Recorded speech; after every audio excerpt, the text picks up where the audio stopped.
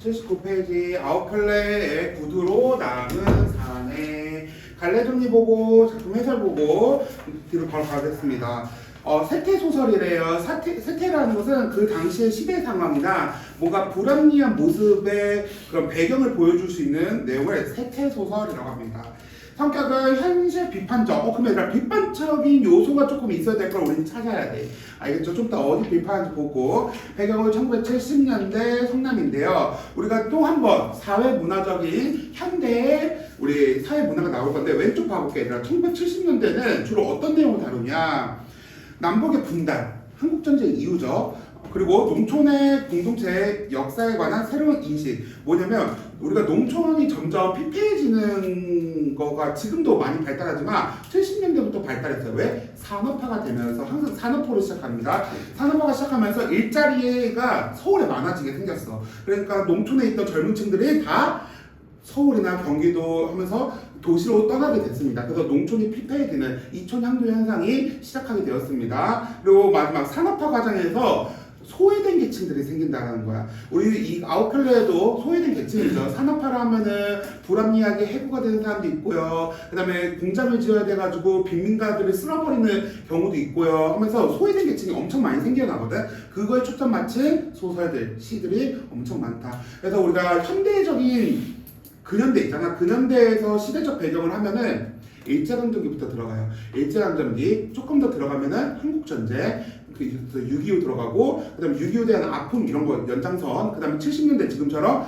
산업화가 되면서 소외된 계층들이 있고, 그 다음에 농촌이 뭔가 몰락해 나가는 이촌향도 현상에서 농촌 얘기 들어가는 거 있고, 마지막 80년대 가면은 민주화, 독재 정권 뭐 이런 거에 대한 반대적인 이야기를 내는 걸 담을 수 있다. 그래서 이러한 시대적 배경은 우리가 1, 2학년 지나가면은 어느 정도 다 체계가 완성이 돼요. 그래서 따로 공부할 필요는 없습니다.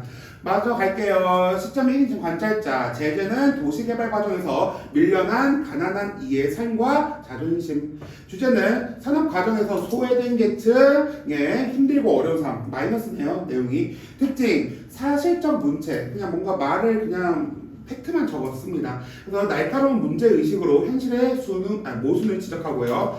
독자의 궁금증을 유발하는 열린 결말, 그 다음에 상징적 소재인 구조를 통해서 인물의 심리와 성격을 드러낸다. 아래 작품 해설을 내려가 볼게요. 이 작품은 1970년대를 배경으로 하여 산업화 과정에서 소외된 사람들의 삶과 현실의 부조리를 형상화했습니다. 나타냈습니다.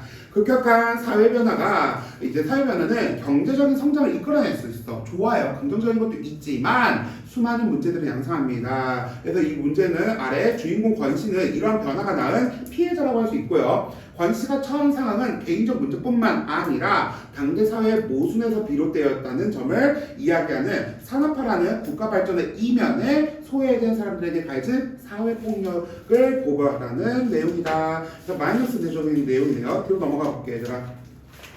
어느 정도 학교에서도 다 했죠, 아웃클레는. 그래서 배경 지식은 있을 거예요. 빨리빨리 가볼게요. 필기할 게 그게 좀 있습니다. 아웃클레 구두로 남은 산의 아래 앞부분 줄거리 가면 교사인 나는 성남에 집을 장만하고 문간방에 새를 놓았습니다. 이제 문 쪽 옆에 조그만 방에 새를 놓았대. 월세방 놓았대. 새를 놓은 방에 임신한 아내와 어린 남매를 데리고 권씨가 이사를 온다. 지금 인물이 조금 설정되어 있네요. 나와 권씨라는 인물의 구조가 잡힙니다. 그랬을 때 힘든 살림 속에서도 지금 권씨는 힘든 살림을 하고 있대요. 좀 얘는 지금 상황이 좋지 않은가 봐. 마이너스. 그래서 권씨는 여러 켤레의 구두를 소중하게 여긴다. 구두를 소중하게 왜 여길까? 뒤에서 의미가 나오죠. 한편 나는 권씨의 동태를 살펴달라는 이순경의 부탁을 받는다. 어느 날 왜 이순경의 부탁을 받았냐면 경찰이죠. 경찰이 얘 좀 감시 좀 잘해주세요. 동태를 잘 살펴주세요. 이상한 낌새가 있으면 알려주세요 라고 기뜸을 하고 갔어요. 왜 그랬냐면 옆에 볼게요. 계속 어느 날 나는 우연히 공사장에서 일하는 권씨를 만나고 권씨는 그날 밤 나를 찾아온다. 그는 성남이 재개발된다는 소문을 듣고 집을 사기 위해 무리해서 철거민 입주권을 샀지만 이게 철거민들이 될 수 있는 기회가 될 수 있는 거를 샀어. 왜냐면 그 철거민이 된다고 하면 거기 땅을 팔 수 있으니까 더 많은 웃돈을 주고 팔 수 있으니까 거기를 했지만 입주 전매자의 권리를 인정해주지 않는 행정당국에 항의하다 시위에 주동자를 불러 감옥에 다녀온 과거를 나에게 털어놓았다. 그래서 지금 권 씨를 밤에 만나는데 나에게 과거에 대한 이야기를 전달했습니다.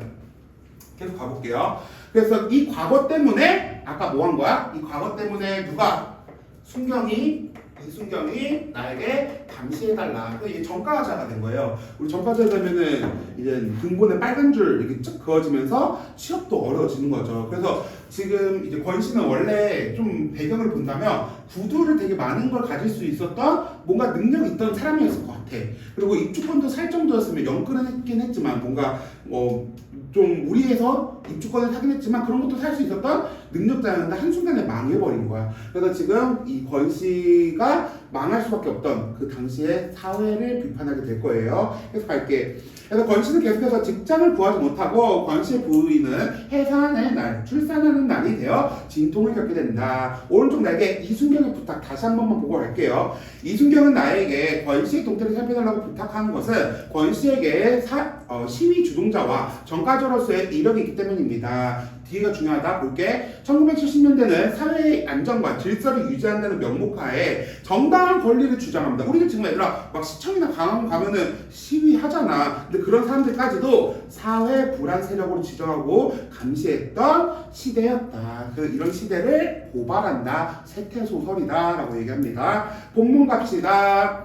아내는 나의 아내입니다. 나의 아내는 진즉부터 해산 준비, 출산 준비가 변화되지 있지 않음을 덜어는 흉보고 또 한편으로는 우려, 걱정을 했습니다. 남산만이나 한 배를 가지고서 요즘 세상에 그래 아기를 집에서 그것도 산모 혼자 힘으로 낳겠다니 아무래도 꼭 무슨 일이 터질 것 같아요. 다리 다 차도록 기저귀감 하나 장만하지 못하는 여편네나 조산원, 이제 출산을 도와주는 그런 사람을 부르는 돈도 마련 없는 사내나 어쩜 그리 짝꿍인지 하면서 출산 문제, 권 씨 부인의 출산 문제에 대해서 걱정을 하고 있죠. 걱정을 하고 우려를 하고 있습니다. 근데 결국 이거 좀 마이너스를 바라보고 있는 거잖아. 그게 뒤에서 뭐라고 돼 있어? 앞부분의 상황을 암시하는 앞으로의 상황을 암시하는 복선 역할을 한다. 암시와 복선은 뭐냐면 우리가 전체 맥락을 다 봐야 돼. 앞에 부분이 좀 마이너스로 지금 말하는 것 같아. 그럼 뒷부분에도 마이너스로 흘러가겠구나라는 걸 느끼게 해준 걸 암시, 복선, 밑밥이라고 합니다. 아래 내려가면 서둘러 식사를 끝내고 나서 나는 권 씨를 마당에 불러냈다. 듣던 대로 권 씨는 대뜸 아무 염려 말라면 실실 웃었다. 마치 공경에 빠진 나를 극진히 위로해주는 투였다. 뭔가 이상하죠. 둘째 때도 마누라 혼자서 거뜬히 해치웠거든요. 우리가 염려하는 건 권선생네가 아니라 바로 우리를 위해서네. 물론 그럴 리야 없겠지만 만에 하나라도 일이 잘못된 경우 나는 권 선생을 원망하겠어. 이게 지금 얘네가 걱정되는 것도 있긴 하겠지만 나한테 피해가 안 왔으면 좋겠다는 거야. 이렇게 나한테 피해가 안 했으면 하는 사상을 우리 뭐라고 부르냐면 소시민적이다라고 불러요. 소시민적인 태도예요. 소시민적 태도. 거기 지금 어디 밑줄 그어져 있는데 권 씨에 대한 태도가 나타난다. 어떤 태도? 소시민적인 태도예요. 소시민이라는 거랑 이기적인 건 좀 다르거든요. 이기적은 약간 이익을 중시하는 거야. 근데 소시민은 우리가 많이 나올 거예요. 문학에서 특히 1970년대 산업화 배경으로 엄청 많이 나오는데 얘네들은 소시민은 어떤 인간들이냐면 사회 문제에 관심이 없어요. 관심이 없으면서도 어떻게 하길 바라냐면 자신의 안정을 추구합니다.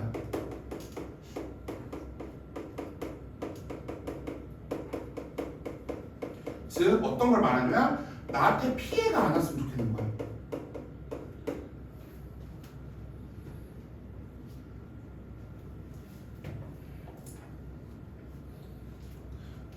뭐 이런 거 있지. 뭐 70년대 뭐 전두환, 이승만 정권 이거 할 때, 특히 전두환 할 때 되게 약간 사람들을 그 막 삼천교육대 막 그런 거 들어왔네 얘들아.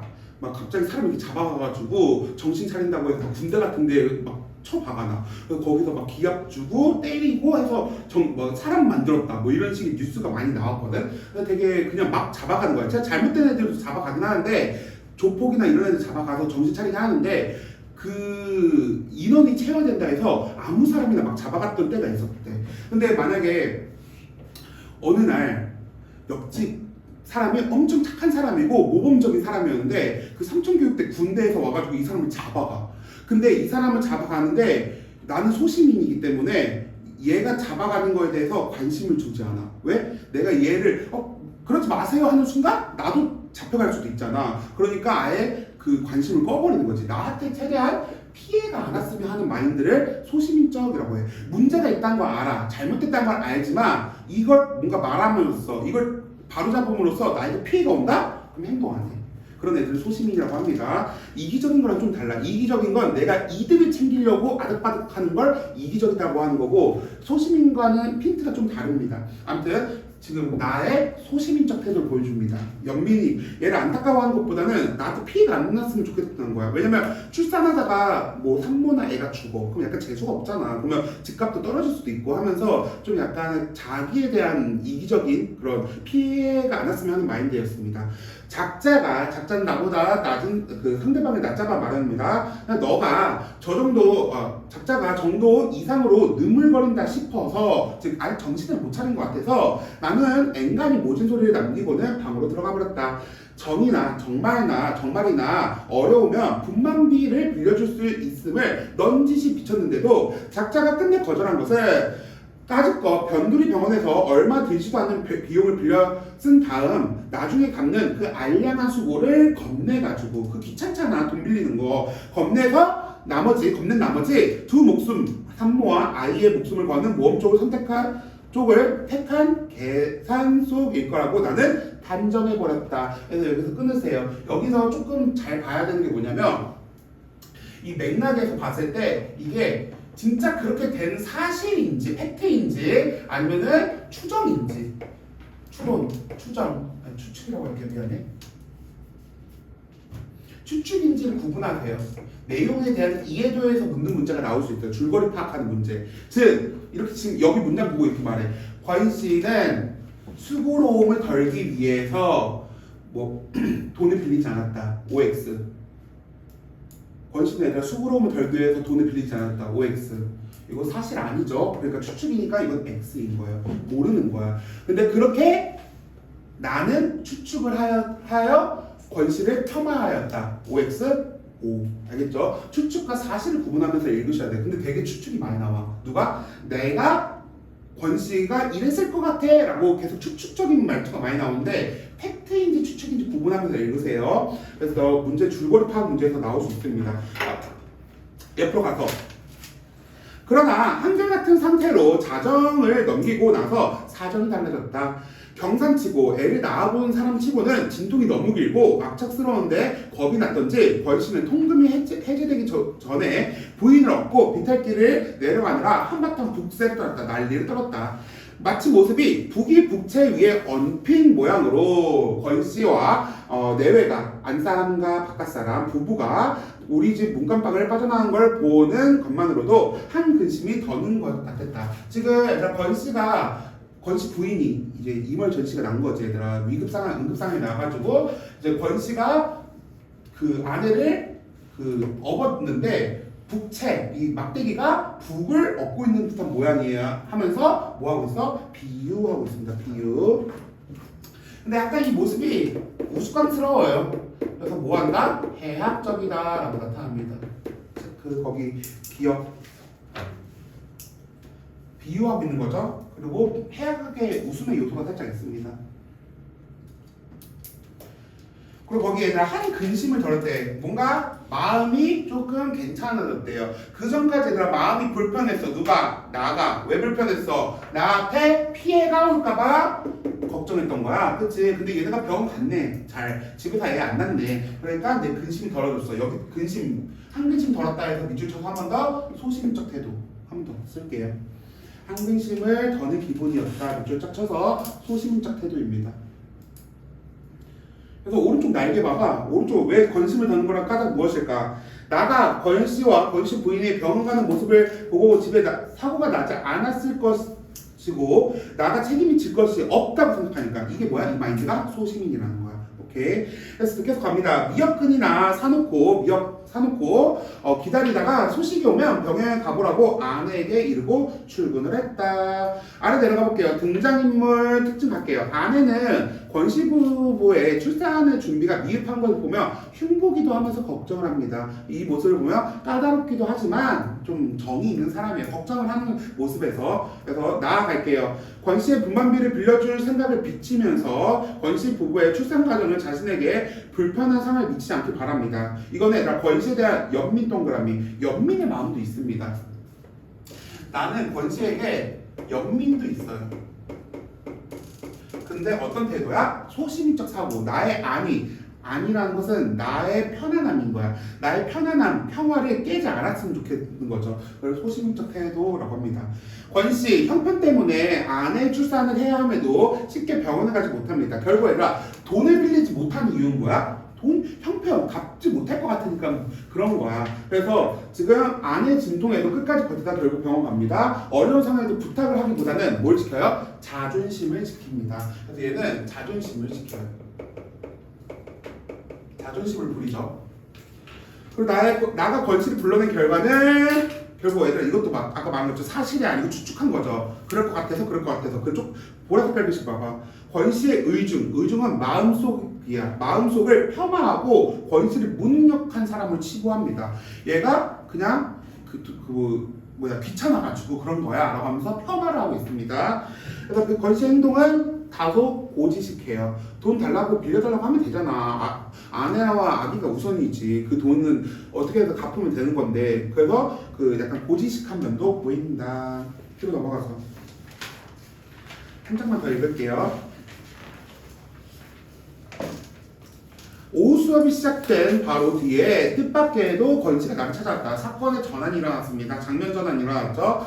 때마침 나는 수업이 없어 교무실에서 잡담이나 하고 있는 중에서 수희로부터 연락을 받자 곧장 학교 정문으로 나갈 수 있었다. 바쁘실 텐데 이거 죄송합니다. 권씨는 애써 웃는 낯이었고 왠지 사람이 전에 없이 턱 수줍어 보였다. 약간 지금 뭔가 말을 하고 싶어하는, 부탁을 하고 싶어하는 포인트가 들어갑니다. 나는 그 수줍음이 세 번째 아이의 아버지가 된 데서 오는 것이라고 좋은 쪽으로만 해석함으로써 연락을 받는 그 순간 내 느낀 불길한 영감을 떨쳐버리려고 했다. 뭔가 연락 받았을 때 뭐 부탁하러 왔나? 이런 생각을 할 수 있었는데 에이 아버지가 돼가지고 지금 잘 됐다라고 소식 알려주러 온 거겠지 라고 하면서 불길한 예감 밑줄 칠게요. 불길한 예감은 뭐예요? 권씨가 어려운 부탁을 할 것임을 예감합니다. 그래서 권씨가 어려운 부탁을 할 것임을 뭐 한 거야? 불길한 예감? 예감한 거예요. 짐작한 거죠. 거기서 불길한 예감에다 밑줄 쳐주세요.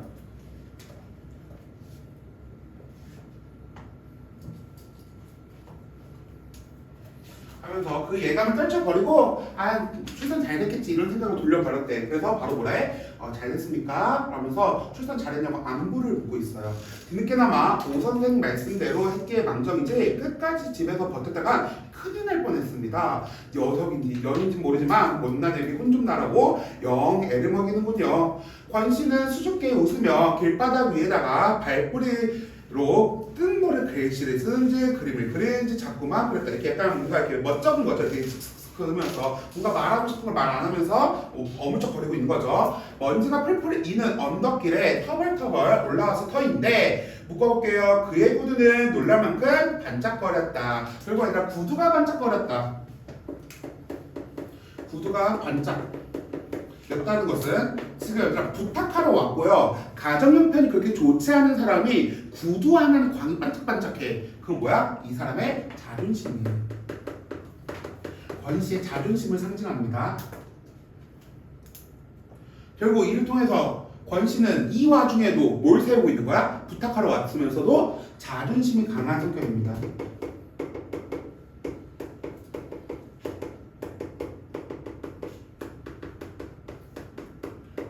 묶어서 이거 쓰라는 거예요. 자존심이 강한 권씨. 자존심이 강한 성격의 권씨를 볼 수 있다.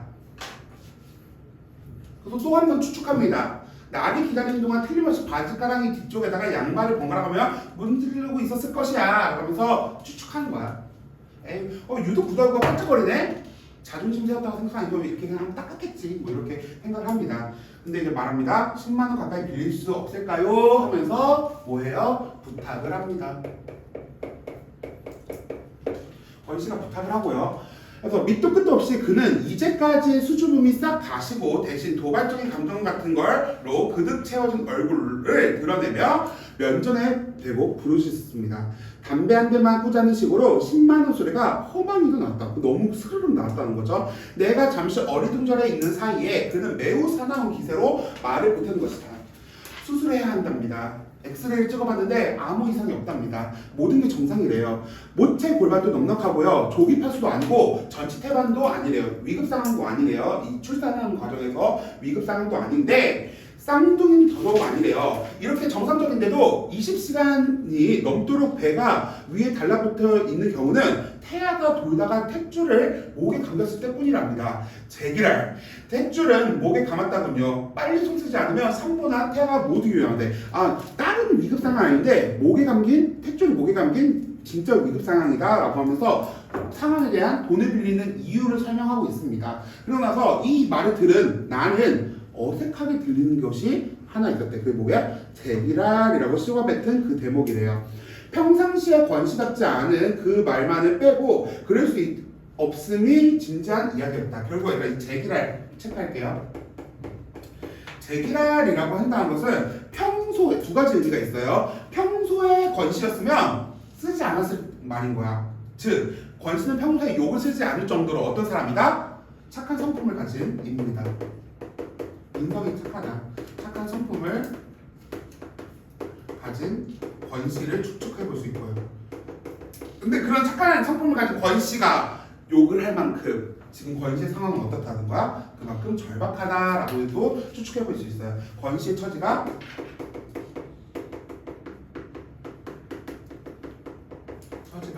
절박합니다. 그럼 얘는 이게 어색하게 들렸기 때문에 이 권씨의 절박한 마음을 충분히 여기서 느낄 수 있어요. 착한 사람이 아이씨 하면서 진짜 위급합니다 이렇게 얘기할 정도면 이 사람 진짜 큰일인가 보다 하면서 도와주려는 마음도 생길 수 있지만 나는 어떤 사람이야? 소시민이야. 나한테 피해 안 줬으면 좋겠어요. 그러니까 거절합니다. 결국은 뒤로 가볼게요. 아니다. 그가 처음으로 점잖지 못한 그 말을 사용했기 때문에 내게 더욱더 진지하게 들렸을지 몰라. 그렇죠? 지도 알아요. 이게 진짜 띵텐이라는 걸 느꼈어. 지도. 나는 여기서부터 볼게요. 나는부터 묶으세요. 이거 뒷장까지도 넘어갈 거야. 이 뒷장까지도 넘어갈 건데 여기서부터 그 뒷장까지 넘어가는 구절의 모든 파트에서 다 허용되는 말이어서 그냥 묶어버릴게요. 중간중간 말이 나와 있긴 한데 그냥 한 번에 묶어서 갈게요. 그냥 나는 한동안 망설이지 않을 수 없었다. 그의 진지함 앞에서 그거 참 안 됐군요 라든가 그래서 어떡하죠? 하는 이런 상투적인 말로 섣불리 이쪽의 감정을 전달하기에 사실 말이지 10만원 가까이는 내게 너무나 큰 부담이었다. 집을 살 때 학교에다가 진 빚을 아직 절반도 못 갚은 처지였는데 정상 분반비 1, 2만원 정도라면 또 모르지만 단순히 오른쪽으로 넘어갑니다. 단순히 권씨를 도울 작정으로 나로서는 거금에 해당하는 10만원 가까이도 빚진다는 건 무리도 이만저만이 아니었다. 소시민의 돈 걱정입니다. 나도 피해가 안 왔으면 좋겠으니까. 그뿐만 아니라 집안의 경제권을 장악하고 있는 아내 양해도 없이 멋대로 그런 큰일 돈을 빌려준 10만원을 빌려주는 저질러도 괜찮을 만큼 나는 자유롭지 못합니다. 그리고 뒤로 넘어가 볼게요. 쭉쭉 갑니다. 한 문단만 더 읽을게요. 빌려만 주신다면 정말로 무슨 짓을 해서라도 반드시 갚겠습니다 라고 말해요. 이런 고민을 하고 있었어. 아까 나가 방금 앞에 10만원을 못 빌려줄 건데 어떡하지? 그래서 고민을 하는 와중에 내가 꼭 갚을게요 하면서 권씨가 한 번 더 절박함을 드러냅니다. 반드시 갚는 조건임을 강조하면서 그는 마치 성경책 위에다가 오른손을 얹고 말하듯이 절박한 마음을 담아 말하듯이 엄숙한 표정을 했다. 하마터면 나는 잊을 뻔했다. 그가 누구야? 권씨가 적절한 시기에 일깨워 주기 망정이지 안 그랬더라면 빌려주는 어려움만 골똘한 나머지 빌려줬다 나중에 돈 받는 어려움이 더 클 것이라는 사실은 생각지도 못했다. 이 말은 무슨 말이냐면 결국은 내가 고민하고 있었어. 빌려줄까 말까.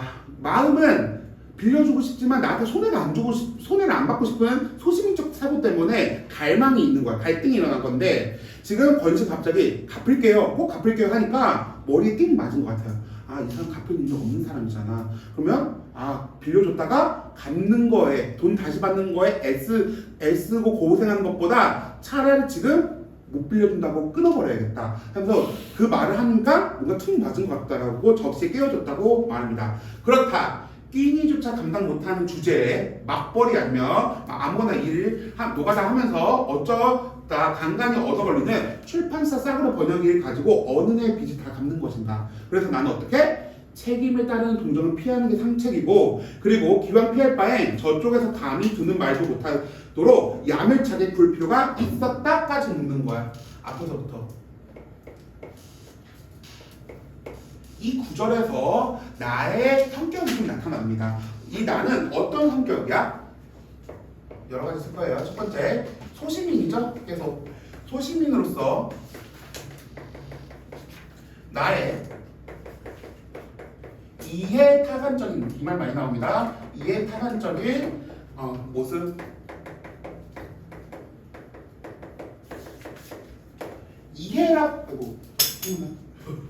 여기서 얘들아 이해라고 하는 것은 understand의 이해가 아니고 우리가 손해와 손해를 말하는 거야. 미안해, 손해가 아니고 이득과 손해. 그래서 경제에서도 이해관계가 있다 이런 것은 이득과 손해 관계인 거야.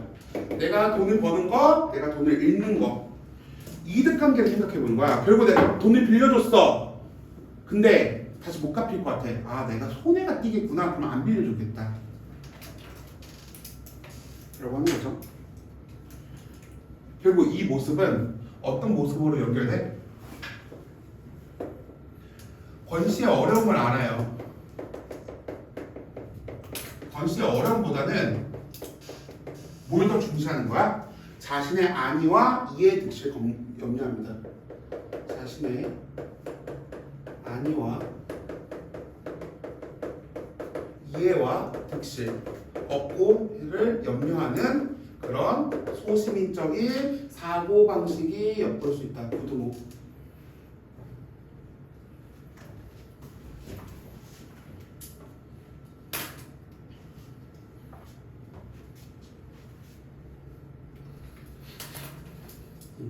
그래서 얘가 지금 뭘 하고 있어? 처음에 마음 한편에는 권씨의 어려움을 이해하다 보니 연민이 있다 보니까 빌려줄까는 하지만 그보다 더 위에 있는 게 뭐야? 나의 손해, 소시민적 사고가 더 지배적이었던 거야. 그래서 약간의 살짝의 갈등이 일어나요. 속마음의 갈등. 이거 우리 뭐라고 부른다? 우리는 이거를 내적 갈등이라고 부르죠.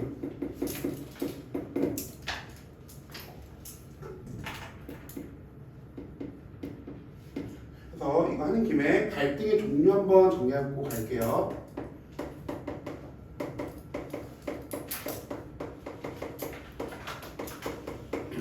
갈등의 종류를 가보면은 갈등은 크게 두 가지입니다. 하나는 내적 갈등. 내적 갈등은 한 인물의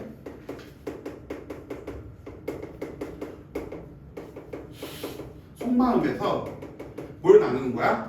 yes or no. 빌려줄까 말까, 갈까 말까 하는 갈등이 일어나면 내적 갈등인 거야. 두 번째, 내적이 있으면 무슨 갈등? 외적이 있습니다. 외적 갈등.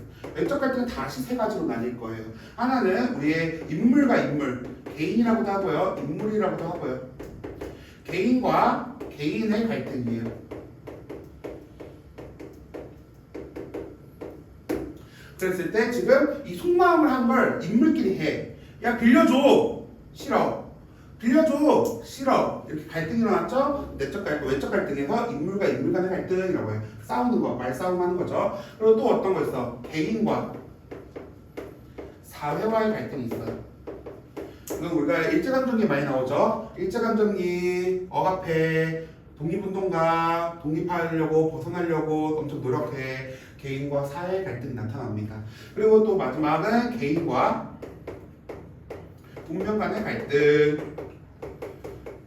가장 유명한 소설이 역마라는 소설인데 이 운명에서 역마 아니 얘들아? 쌤이 저번 주에 샤머니즘을 상담받고 왔거든? 쌤이 이제 점을 보고 왔는데 거기 점에 가니까 쌤이 역마살이 있대. 역마가 뭐냐면 이것저것 돌아다니는 약간 운명을 가진 사람인 거야. 그래서 그 돌아다니는 게 여러 유형이 있거든. 뭐 직장을 돌아다니는 사람도 있고 집을 돌아다니는 사람도 있고. 근데 쌤은 그런 건 아니고 그냥 여행이나 이렇게 돌아다니는 걸 좀 이렇게 좋아하는 것보다 성향이 강하대. 그래서 역마살이 꼈다 이렇게 하거든. 그래서 우리 소설에서도 역마라는 소설가 있는데 어떤 인물이 고향에 살고 싶어해. 자기가 좋아하는 가족도 있고 사랑하는 사람도 있고 하다 보니까 고향에 살고 싶어 하는데 역마라는 운명 때문에 보부상이라는 직업이 돼서 보부상은 얘들아 돌아다녀야 되잖아. 그래서 돌아다녀야 되는 자기 운명과 그 개인 간의 갈등이 일어나는 경우도 있습니다. 얘는 잘 안 나와요. 자주 나오는 게 1번, 그 다음에 2번. 개인과 사회 간의 갈등이 나옵니다. 내적 갈등은 잘 나오고. 지금은 갈등 종류 구분할 줄 알아야 됩니다. 첫 번째 내적 갈등 나왔어요. 좀 이따 외적 갈등도 나옵니다. 그래서 우리 마문단까지만 끝낼게요. 계속 가봅시다.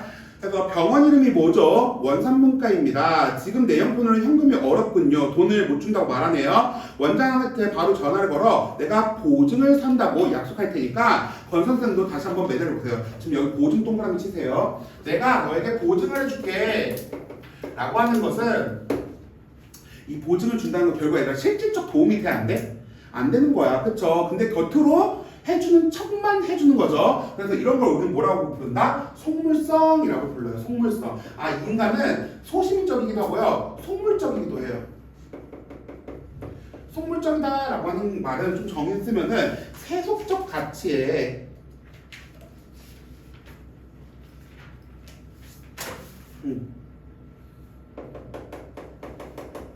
세속적 가치를 의식한 행위를 하는 거야.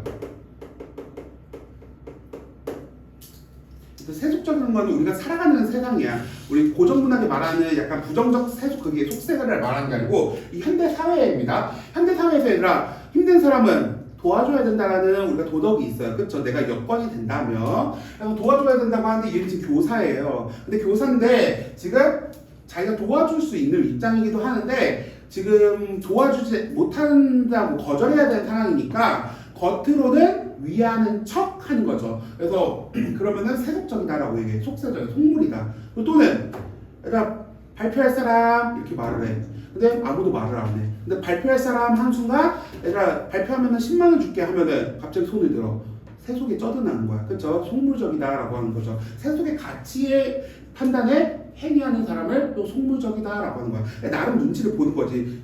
소시민적이긴 한데 피해가 안 왔으면 좋겠는데 나를 바라보는 내가 사회적 지위에서의 그 신분이 있기 때문에 그 위치에 맞는 행위를 해는 것처럼 보여주려고 하는 행위, 속물적입니다. 그래서 보증을 선다는 것은 이 인간의 속물성도 볼 수 있는 포인트다. 그래서 갈게요. 약속할 테니까 건센트도 매달려봐라. 의사도 사람인데 설마 사람을 생으로 죽이게야 하겠습니까? 그거 볼게요. 의사 묶을게요. 의사도 사람인데 설마 사람을 생으로 죽게야 하겠습니까? 이건 뭐냐면 의사한테 돌리는 거야. 지가 수술비를 빌려줄 수 있으면 빌려주면 되는 건데 의사에게 토스를 합니다. 그래서 지금 이 의사에게 토스를 함으로써 그걸 체크할게요. 무책임한 태도를 끄세요. 무책임한 태도를 회피하려는 겁니다.